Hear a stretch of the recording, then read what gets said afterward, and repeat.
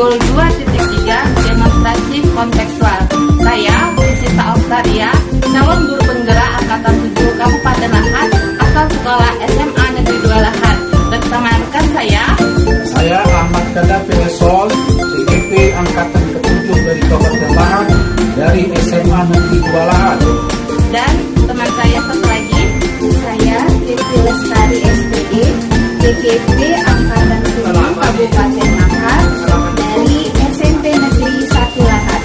selamat menyaksikan.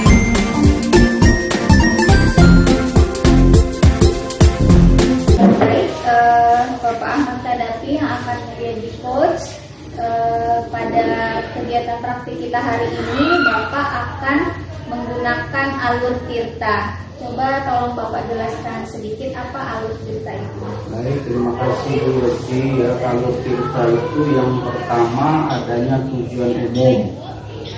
Yang kedua adanya identifikasi masalah, dan yang ketiga adanya rencana aksi, dan yang keempat itu adalah tanggung jawab.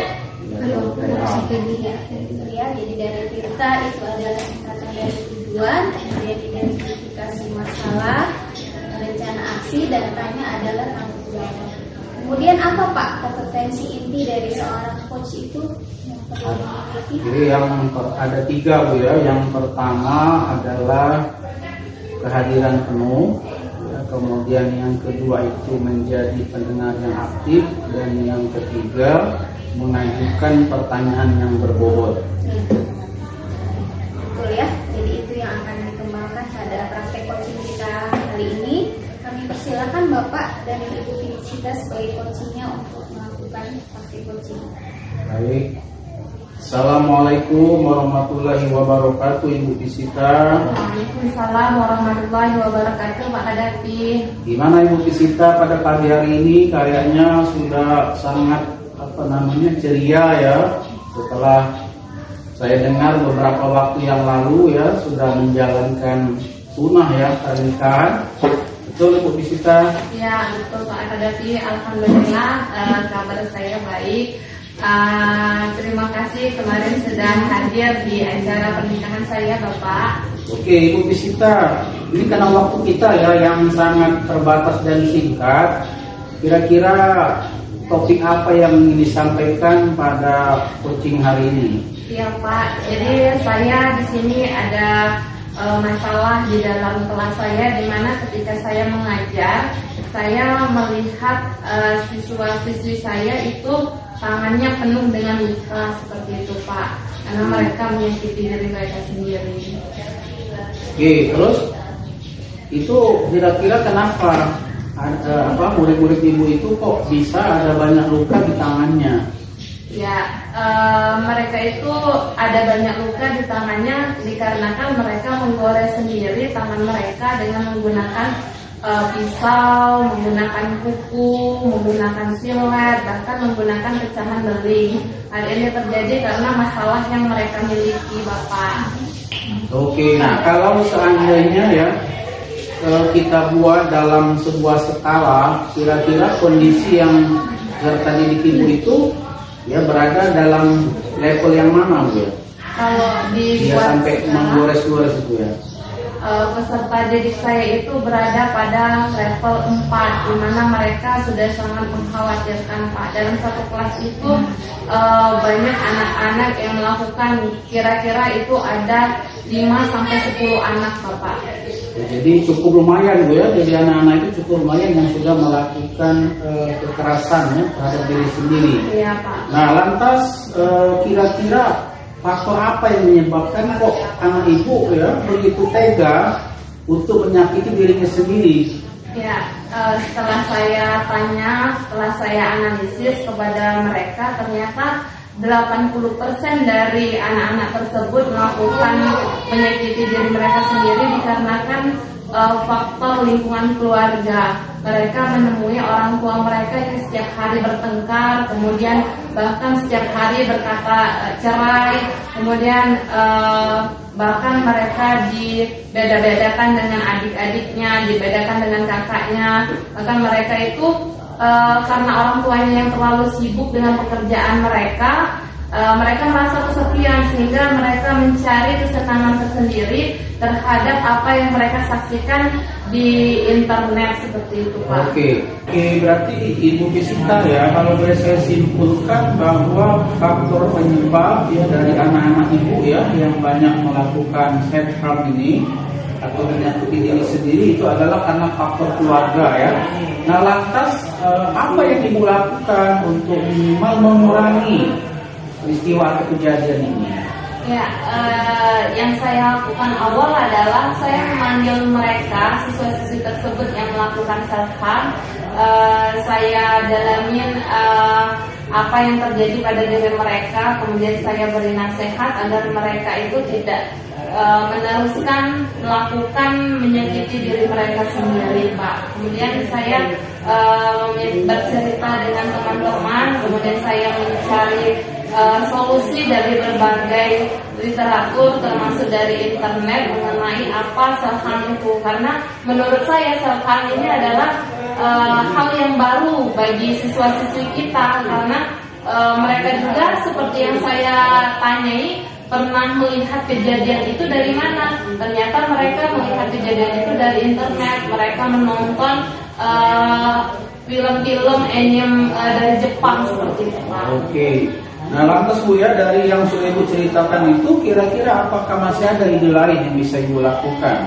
Ya, dari sini saya akan melakukan penerapan pembelajaran sosial emosional supaya sosial dan emosional mereka itu bisa jalan. Kemudian saya meminta bantuan kepada wali kelas supaya mereka bisa membantu saya untuk mengatasi masalah tersebut, karena wali kelas itu mempunyai peran yang utama dalam melakukan perbaikan terhadap kelasnya.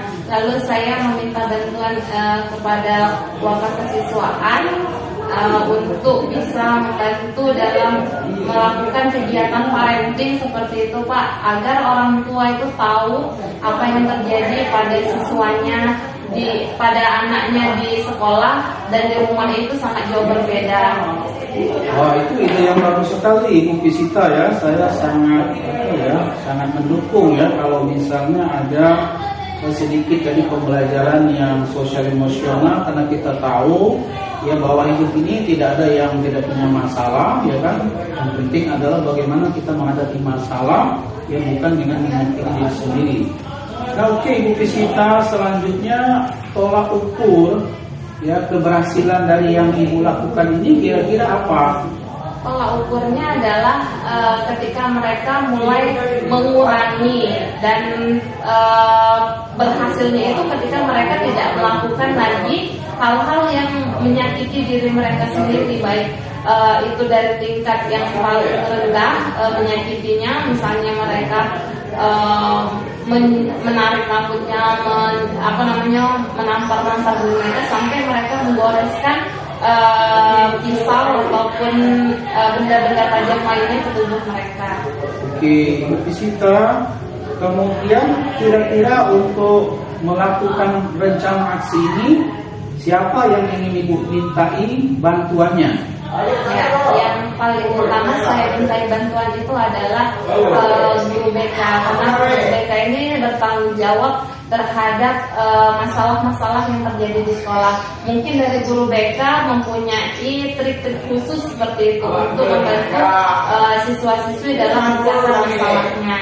Kemudian dari wakil kesiswaan untuk membantu menyelenggarakan kegiatan parenting, dan wali kelas untuk membantu memantau siswa-siswa yang bermasalah di dalam kelas mereka. Oke, luar biasa Ibu Fisita ya. Kemudian dalam bentuk apa bantuannya itu? Baik dari wali kelas tadi, kemudian guru BK, itu seperti apa Ya. bentuk bantuannya? Bentuk bantuannya itu adalah berupa tindakan dalam mengambil siswa-siswi yang ada pada kelas yang bermasalah tersebut, kemudian dibawa ke ruang khusus supaya mereka tidak malu dalam menceritakan apa yang terjadi pada diri mereka.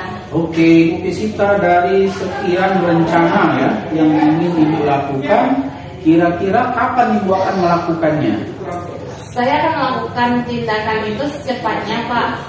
Besok saya akan mulai untuk berkoordinasi dengan wali kelas, wakil kesiswaan dan guru BK supaya apa yang terjadi di dalam kelas itu tidak menjadi tren bagi teman-temannya yang lain, nggak ikut-ikutan melakukan yang namanya self-harm.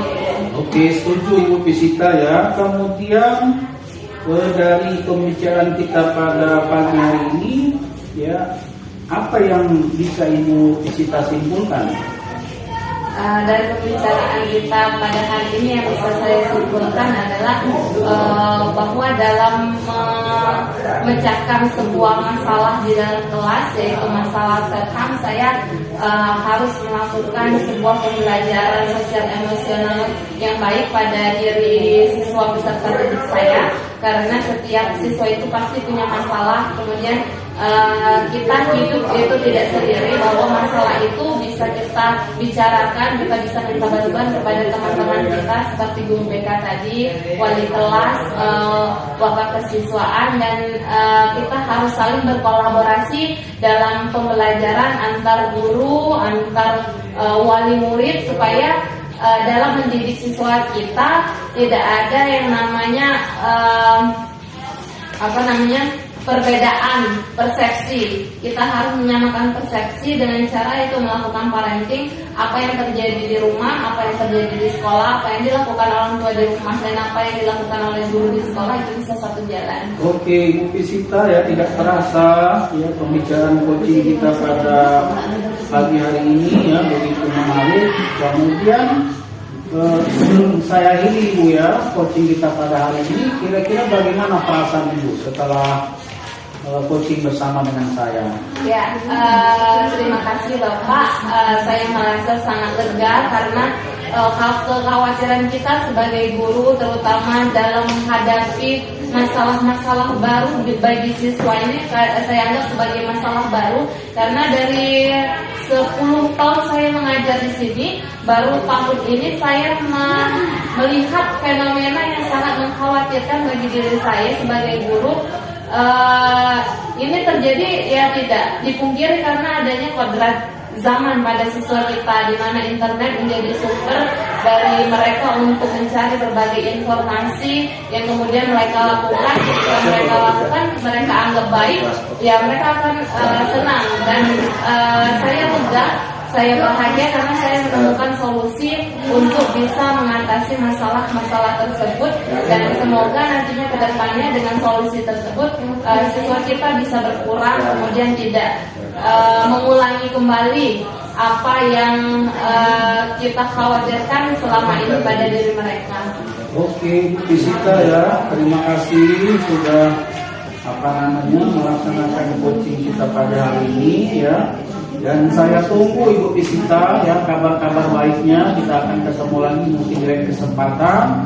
Dan saya ingin mendengar kemajuan-kemajuan yang Ibu lakukan dalam mengatasi ya self-harm terhadap peserta didik kita. Saya rasa itu Ibu Pisita ya. Terima kasih atas pembicaraan kita pada pagi hari ini. Sekali lagi terima kasih. Ya, Assalamualaikum warahmatullahi wabarakatuh. Waalaikumsalam warahmatullahi wabarakatuh. Ya, setelah saya amati percakapan dari Bapak Ahmad Kadafi dengan Ibu Pisita pada topik coaching kita hari ini, ya percakapan alur ceritanya sudah jalan ya, sudah ada pengalian perbuatan, percakapannya apa, kemudian ada identifikasi masalah. Bapak Ahmad Kadafi cukup lihai ya, pertanyaan menggali permasalahan yang terjadi di sekolah Ibu Pisita ya, tentang self-harm tadi gitu ya, yang sangat memperhatikan buat bagi kita semua. Kemudian juga di sini Bapak Ahmad Kadafi sudah cukup pintar juga untuk mengajukan pertanyaan-pertanyaan berbobot sehingga menstimulasi Ibu Pisita untuk bisa mencari solusi-solusi dari permasalahan yang dihadapinya. Komitmen juga sudah terbentuk dan Ibu Pisita merasa senang ya akhirnya bisa menemukan jalan keluar bagi masalah yang dihadapi. Jadi saya rasa dari praktik coaching kita kali ini sudah cukup berhasil, sudah sesuai dengan alur kita.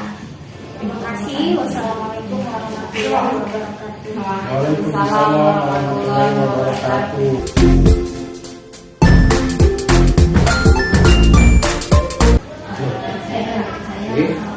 Assalamualaikum warahmatullahi wabarakatuh. Waalaikumsalam warahmatullahi wabarakatuh. Baiklah, Ibu Yeti Lestari sama Ibu Fisika Maria ya.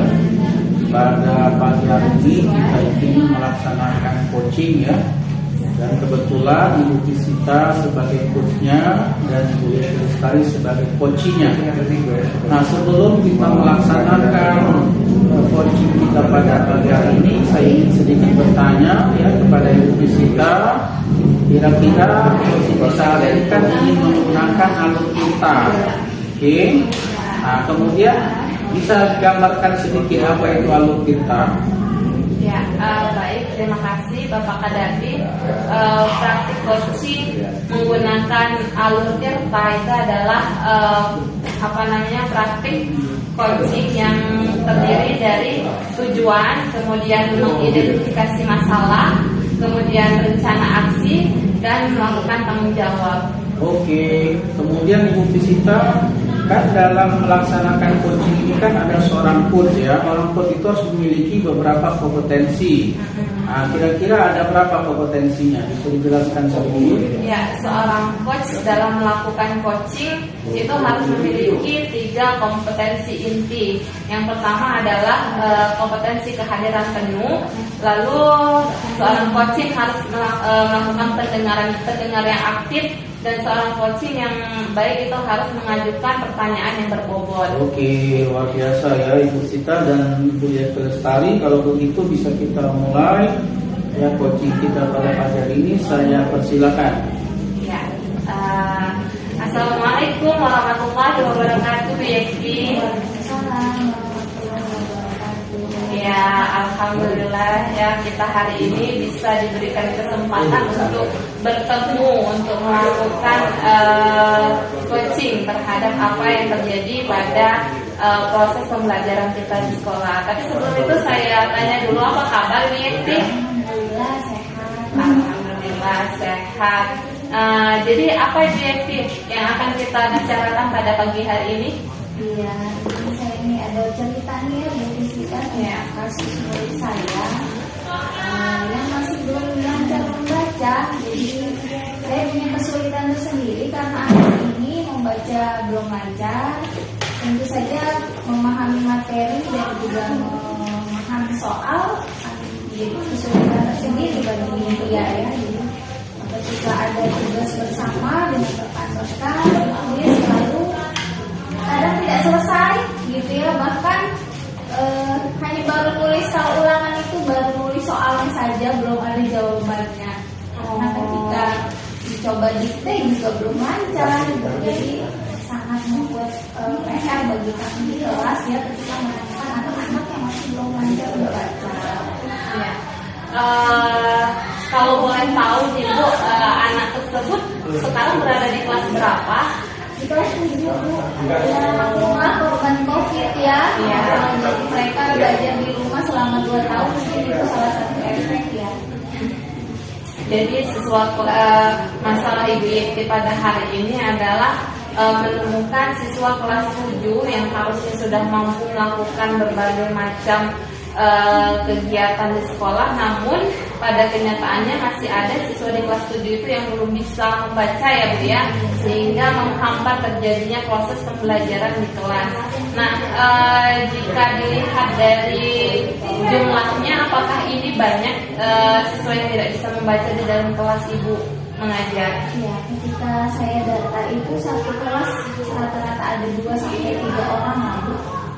Oh, jadi kalau kami ada 8 kelas ya sekitar 20 kurang lebih. Ya, jadi ada 2 sampai 3 anak yang tidak bisa membaca di dalam kelas. Oke, jadi sebelum kita lanjutkan pembicaraan kita, kira-kira apa nih yang ingin Ibu dapatkan dari percakapan kita pada hari ini?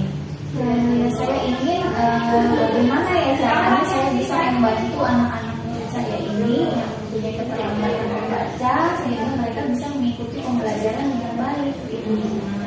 Ya, jika dibuat skala nih Bu dari 1 sampai 10, anak yang ini berada di posisi mana dan anak itu berada di posisi mana 1 sampai 10? Dari pandai membaca ya sekitar 4 ya, karena baru mengenal huruf saja saya lihat cuma bisa kata per kata. Ya. Dari skala 4 tersebut kira-kira apa sih yang menjadi faktor penyebab dari siswa-siswi ibu tersebut belum bisa membaca sampai di kelas 7 ini? Yang pertama sebenarnya kalau diamati anak-anaknya memang kurang tipe yang kurang fokus ya. Jadi ini mungkin kita sebuah penumpukan dari kesalahan-kesalahan sebelumnya gitu. Ketika dia belajar tidak fokus ketika dia SD akhirnya menyebabkan dia belajar membaca. Kemudian juga bisa jadi karena perhatian orang tua di rumah ya. Oke. Nah, dari penyebab yang sudah Ibu sampaikan tadi, kira-kira apa upaya yang akan Ibu lakukan untuk mengatasi masalah siswa Ibu yang belum bisa membaca?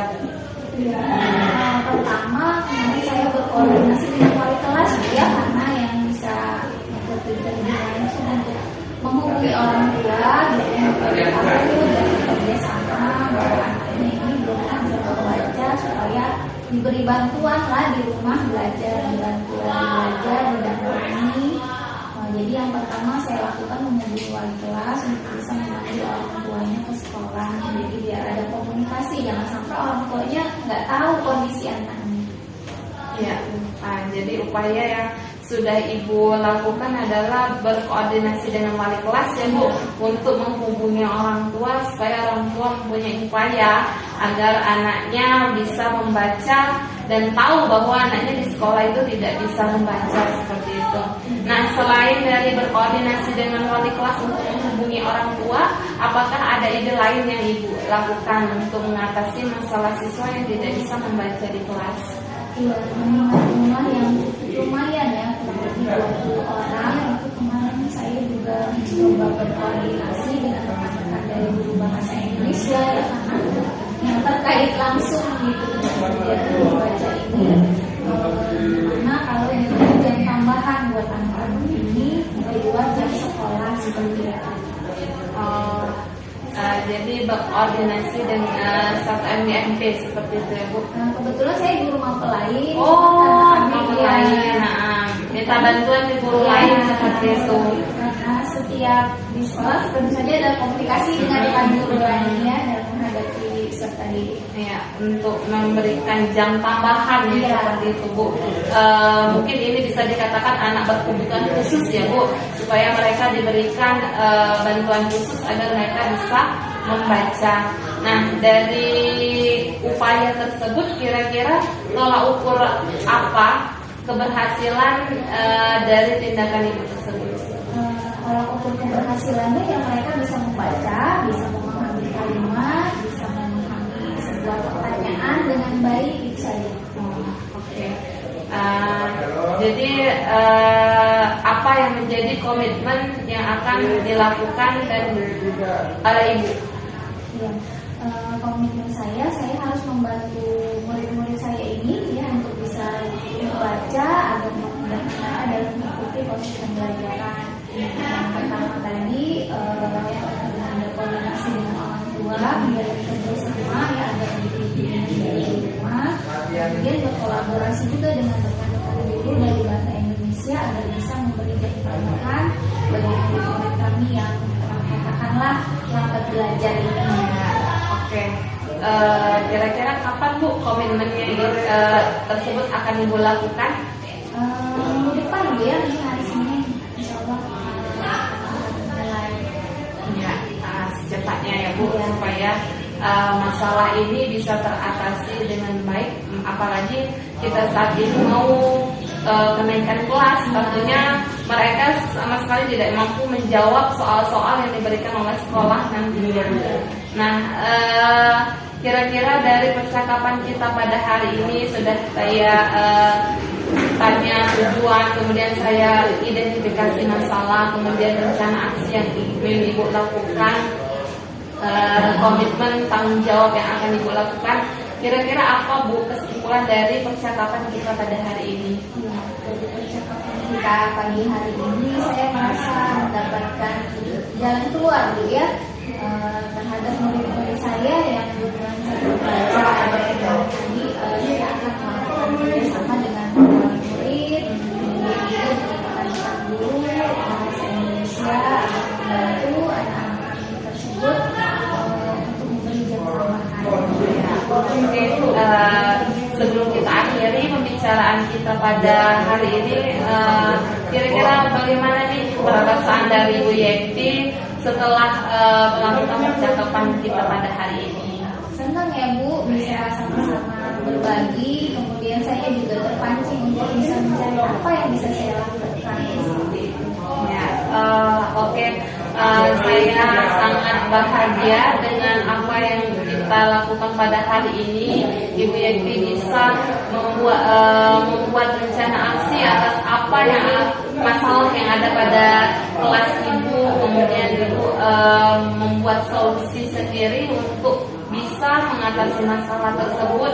Saya tunggu berita baiknya Bu atas apa yang Ibu lakukan. Semoga masalah dari siswa Ibu yang kurang lancar dalam membaca ini bisa teratasi dan tidak ada lagi masalah di sekolah, di kelas tentang siswa yang keterlambatan dalam belajar, terutama dalam baca.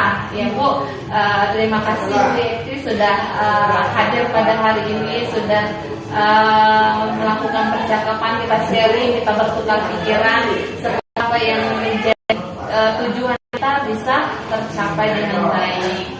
Saya yang terima kasih Bu Fisika sudah membantu untuk mencari solusi ya. Sampai ketemu nanti lagi Bu Fisika. Ya, tetap semangat Bu Yekti. Kita akhiri. Assalamualaikum warahmatullahi wabarakatuh. Waalaikumsalam. Baik ya, Ibu Fisika sama Ibu Yekti Lestari, setelah saya mengamati dan mendengar secara langsung percakapan coaching kita pada hari ini, menurut saya ya percakapan coaching kita dengan menggunakan alur Tirta ini ya sudah sangat luar biasa ya, berjalan dengan baik. Bahkan saya melihat menemukan ya tidak ada 4 alur itu yang terlewatkan ya, baik dari Ibu Fisika sebagai coachnya maupun jawaban dari Bu Yekti sebagai coaching. Jadi semuanya sekali lagi berjalan dengan baik ya, dimulai dari tujuan ya, kemudian identifikasi dapat ya, kemudian rencana aksi juga dapat, dan bahkan adanya tanggung jawab atau komitmen pun juga dapat. Dan yang penting lagi ya, bahwa Ibu Fisika ya sebagai coach juga telah mampu menumbuhkan pertanyaan ya yang berbobot dan memancing kepada Ibu Yekti sebagai coach, sehingga solusi itu muncul sendiri. Ya kenapa? Karena saya pernah juga mengamati bahwa banyak justru keluar solusinya itu dari si coachnya. Nah ini alhamdulillah ya, kita bersyukur sekali ya bahwa percakapan kita pada hari ini berjalan dengan baik. Saya rasa itu berdasarkan pengamatan saya. Berterima kasih semuanya. Ya, assalamualaikum warahmatullahi wabarakatuh. Waalaikumsalam.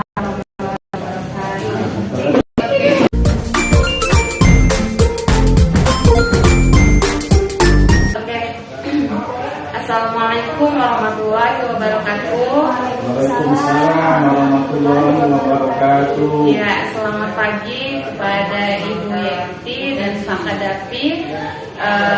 Apa kabar hari ini Bu, Bapak? Alhamdulillah baik. Pagi ini kita akan melakukan praktik coaching untuk masalah yang ada di lingkungan belajar kita.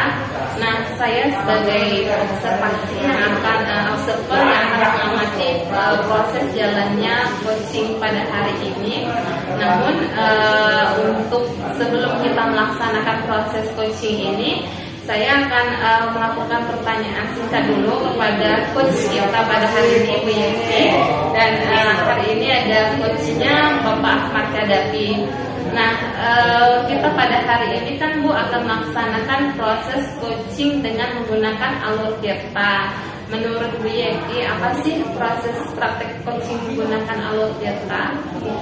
Alur Tirta ini sebenarnya ada percakapan ya, ada kita tadi. Yang pertama, seorang coach harus bisa menggali tujuan daripada coachingnya, apa yang ingin dicapai pada hari ini. Dan seorang coach juga harus bisa mengidentifikasi masalah dari coachingnya dengan mengajukan pertanyaan-pertanyaan agar coachingnya terbuka menjelaskan masalah-masalahnya. Kemudian seorang coach juga harus bisa menstimulasi coachingnya untuk bisa melakukan rencana aksi. Dan yang terakhir, tanggung jawab, seorang coach juga harus bisa membuat coachingnya untuk bisa membuat komitmen pelaksanaan dari rencana aksi. Ya, baik sekali jawaban dari Bu Yenti. Di sini Bu Yenti bertugas sebagai coach. Nah, seorang coach itu harus memiliki kompetensi inti dalam melakukan coaching. Nah, kira-kira menurut Ibu Yenti, apa saja kompetensi inti yang harus dimiliki oleh seorang coach?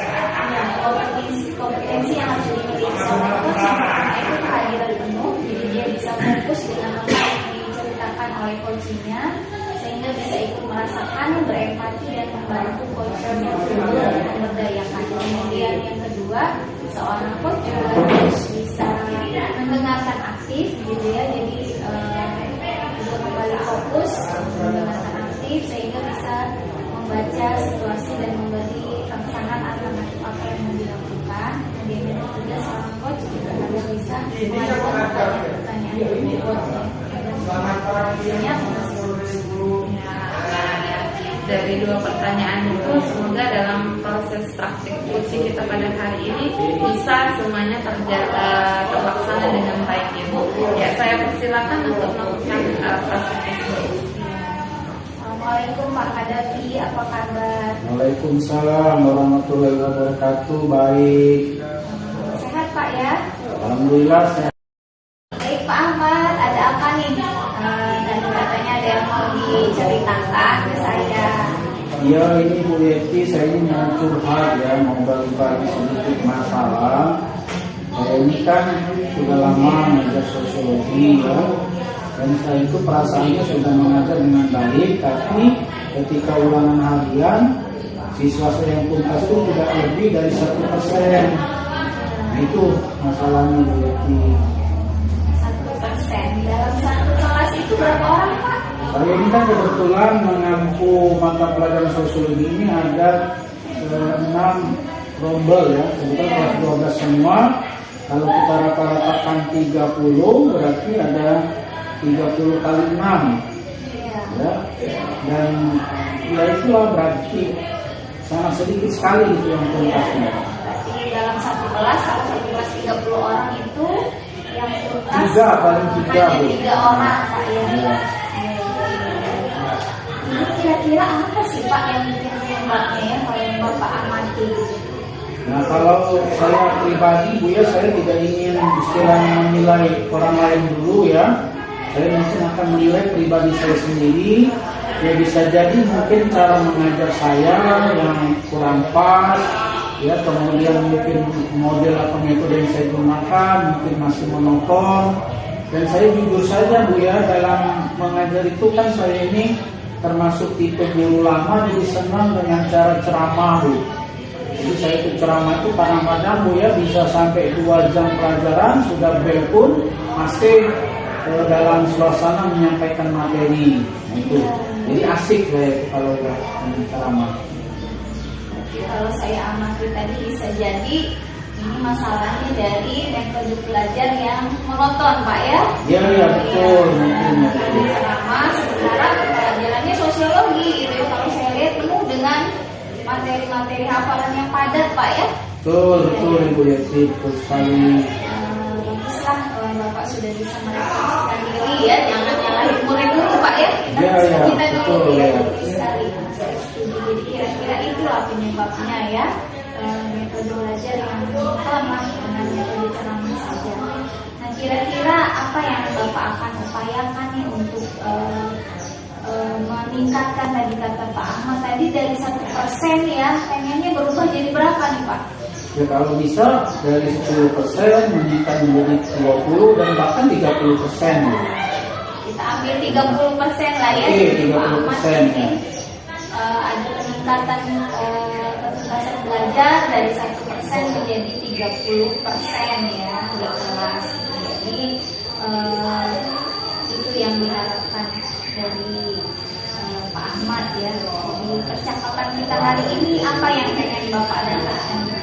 Ya, tentu ya, karena tadi masalah saya adalah nilai ulangan harian anak yang katakanlah ketuntasannya itu masih sedikit sekali 1%, maka tentu saya ingin ya anak saya ketika nanti ulangan harian dia bisa mencapai pada angka 30% itu tadi. Ya, itu tujuan kita Pak ya. Ya. Jadi Bapak ingin ada perubahan peningkatan kecerdasan belajar ya pada murid-murid Bapak di Betul, kelas betul. pembelajaran sosiologi menjadi 30%. Nah, kira-kira apa ya kalau sudah tahu penyebabnya tadi, apa yang bisa Bapak lakukan? Tentu yang pertama kali saya tadi merubah paradigma ya, bahwa sesungguhnya mengajar itu bukan hanya transfer ilmu dengan ceramah saja. Ya, kemudian yang kedua saya tadi akan memvariasikan ya baik dari cara mengajarnya maupun metode mengajarnya itu sendiri. Misalnya dengan menghadirkan sumber-sumber belajar yang lebih beragam, mungkin dengan video, mungkin dengan gambar-gambar, sehingga saya pun tidak habis energi hanya untuk ceramah. Kemudian yang kedua, mungkin saya juga akan menerapkan pembelajaran yang diskusi kelas, mungkin diskusi kelompok, di mana siswa itu terlibat secara aktif sehingga mereka tidak jenuh, tidak bosan hanya mendengarkan ceramah dari saya sendiri. Bapak ingin mengadakan perubahan ya dalam metode mengajarnya. Selain Betul. itu ada ide yang lain nggak Pak?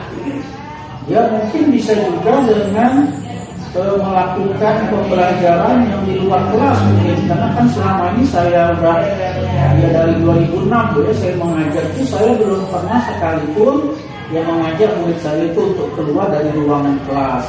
Nah mungkin bisa jadi dengan saya mengajak mereka keluar dari ruang kelas itu akan lebih melakukan pembelajaran yang lebih bermakna dan mereka mungkin akan lebih paham ketika dikaitkan dengan realitas di lapangan. Saya setuju nih dengan ide Bapak ya. Selain tadi mengadakan metode yang beragam ya dengan video pembelajaran, Betul. kelas sehingga siswanya juga aktif, gak hanya satu arah Pak ya. Iya. Terus juga Bapak punya ide lain yaitu belajar di luar kelas ya.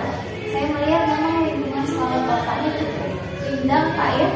Pas untuk kegiatan seperti itu. Betul sekali. Juga anak-anak menjadi lebih rileks ya belajarnya, punya suasana yang berbeda. Betul, apalagi kalau kita lihat di belakang sana itu ada seperti taman, ada banyak pohon-pohon lebih rindang lagi sehingga akan lebih istilahnya itu membuat suasana lebih aman, nyaman dan asri. Iya.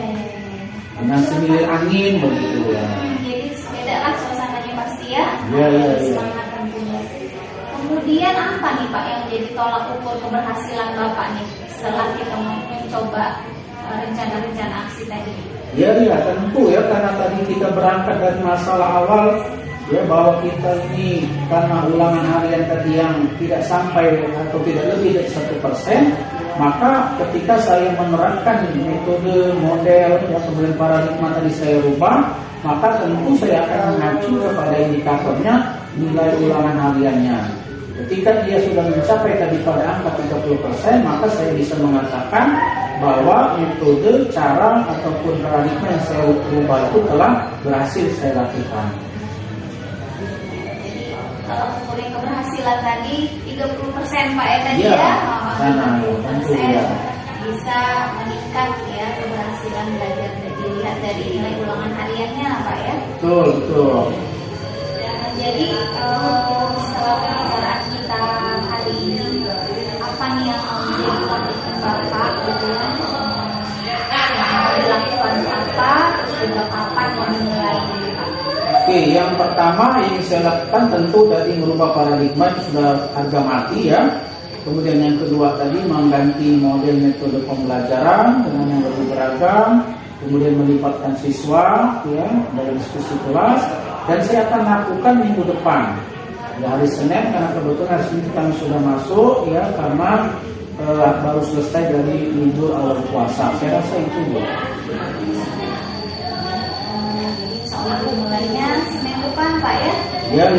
Pak ubah meja, dibagi metode pembelajaran, siswa lebih aktif dalam kegiatan pembelajaran. Betul. Ya. Nah, terus ini kira-kira siapa yang bisa membantu Bapak melaksanakan rencana aksi Bapak? Ya, tentu Bu ya, kita dalam setiap melakukan perubahan itu pasti harus mengajak atau melibatkan orang lain yang mungkin kita kenal dengan konsep kolaborasi.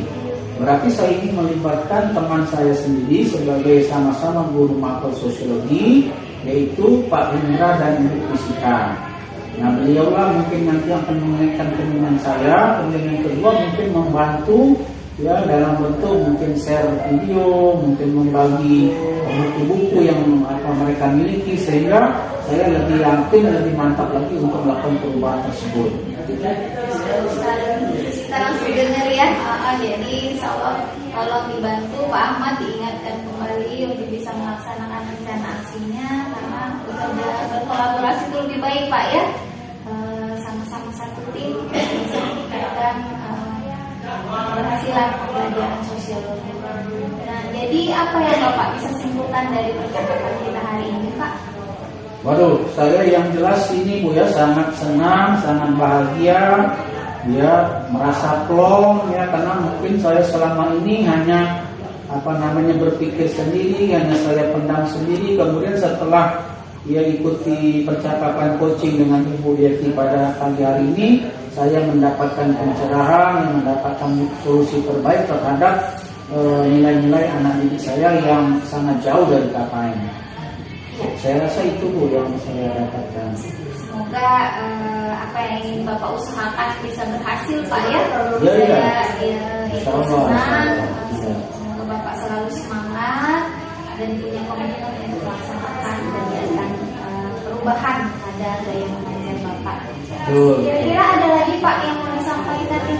Saya rasa cukup Bu ya, karena mengingat waktu yang tidak lama ya. Ya, ujian ngajar lagi Pak ya? Iya. Oh iya, saya juga berterima kasih sudah bisa mendengar sharing dari Bapak, bisa menjadi pengalaman sendiri bagi saya. Saya tunggu nih Pak kabar gembiranya, semoga ada peningkatan terhadap keberhasilan belajar siswa Bapak. Ya, dan sekali lagi saya harus berterima kasih ya Ibu Yeti ya, karena telah memberikan sedikit pencerahan kepada saya, dan sekali lagi terima kasih atas coachingnya pada pagi hari ini. Yang mudah-mudahan saya bisa terus melakukan perubahan-perubahan ya dalam melakukan pengajaran di kelas yang saya ajar. Saya rasa itu Bu, terima kasih sekali lagi. Baik Pak, sama-sama. Ya. Ketemu lagi Pak. Assalamualaikum warahmatullahi wabarakatuh. Waalaikumsalam warahmatullahi wabarakatuh. Ya, saya sangat mengapresiasi sekali praktik coaching yang dilakukan oleh coach Ibu Yeti dan coach Pak Hadapi, di mana selama percakapan ini terjadi percakapan yang luar biasa. Ibu Yeti mampu menggali, mengeksplorasi pertanyaan yang berbobot dari Pak Hadapi, sehingga Pak Hadapi pun dalam menjawab pertanyaan-pertanyaan tersebut bisa mendeskripsikan dengan detail dan sejelas-jelasnya. Di sini Bu Yeti sudah memenuhi kompetensi inti sebagai coach, yaitu mengajukan pertanyaan yang berbobot. Kemudian Bu Yeti sangat aktif sebagai pendengar, di mana setiap Pak Hadapi menyampaikan masalah, kemudian menyampaikan solusi, menyampaikan jawaban atas pertanyaan dari Bu Yeti. Ibu Yeti memberikan respon yang sangat baik itu melalui anggukan kepala, dengan senyuman, dengan mengulangi kembali jawaban dari Pak Hadapi. Itu adalah salah satu bentuk sebagai pendengar yang aktif dari Bu Yeti-nya. Kemudian kompetensi kehadiran penuh pun sudah hadir di sini. Dari alur tirta yang sudah kita bahas di awal tadi, ada 4 alur yang harus dilakukan dalam praktik coaching ini adalah semuanya sudah terlaksana dengan baik. Baik itu dari tujuan, Ibu Yekti menanyakan apa yang akan kita hasilkan dari pembicaraan hari ini, kemudian mengidentifikasi masalah, apa yang terjadi dengan Bapak hadapi, kemudian rencana aksi, kemudian menanyakan solusi dan apa yang akan dilakukan oleh Pak hadapi, kemudian Ibu Yekti menanyakan komitmen atau tanggung jawab yang akan dilakukan oleh Pak hadapi. Jadi percakapan coaching pada hari ini sangat mengapresiasi saya. Semoga kedepannya praktik coaching ini bisa terlaksana kembali dalam mengatasi masalah-masalah dalam proses pembelajaran di sekolah kita. Demikian hasil observasi dari saya sebagai observer. Saya akhiri. Wassalamualaikum warahmatullahi wabarakatuh. Waalaikumsalam warahmatullahi wabarakatuh.